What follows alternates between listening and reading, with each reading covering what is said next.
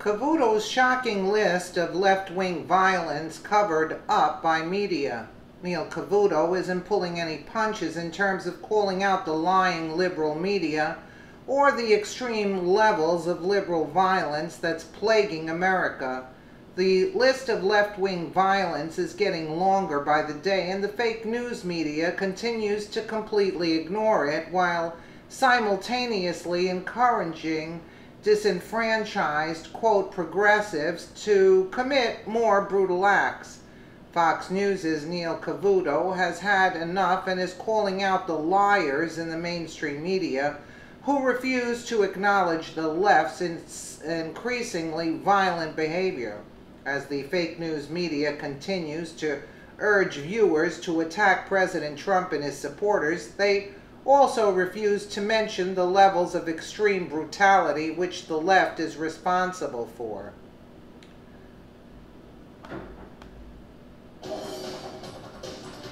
So ABC News reports that after his CNN wrestling tweet, President Trump will have to own any violence that might come as a result. The New York Times cites some journalist fears the wrestling-themed portrayal of violence is dangerous, saying that it could incite attacks or threats against news media employees.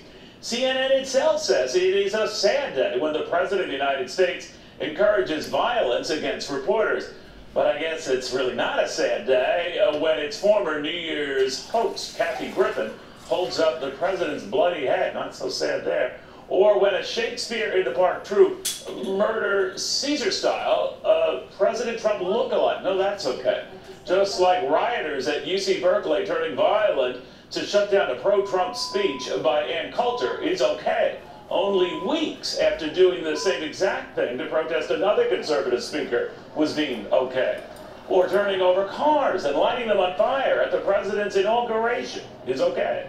Or left-leaning professors urging violence against Trump supporters, including one, Eric Clapton, arrested for assaulting Trump backers with a bike lock. That's okay.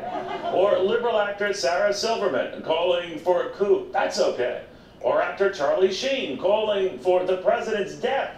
That's okay. Or Johnny Depp musing about another actor killing another president. That's okay. Or liberal journalists such as Vox's Emmett Renson defending such acts because that's okay. They're all okay. You know what? No, they're not okay. Not a one of them is okay. Not remotely okay. There is a big difference, my friend, between speaking your mind and quite another proving you don't have one. Entertainers proving they're twisted is no excuse for real leaders proving they're worse. Top Democrat Tim Kaine calling for a fight in the streets against President Trump. Hillary Clinton vowing to lead the resistance against, you guessed it, President Trump. Congresswoman Sheila Jackson Lee calling for his impeachment, voting against anything President Trump wants in the meantime, all the time. All okay. The left bemoaning the burning cauldrons of violence they fear coming from the right, ignoring all that real violence that has been coming from the left, from them, not from others, from themselves. Not a few cases, lots of cases. Not too few to care, too many to mention. Yet the media seems to only fear a silly pro-wrestling tweet from the president right now, oblivious to the very real act of violence that still has Congressman Steve Scalise in a hospital right now. So forget who's tweeting silly stuff. Focus on who's doing far more serious stuff. Leaving aside, I'm not really a fan of the president going off message with these tweets.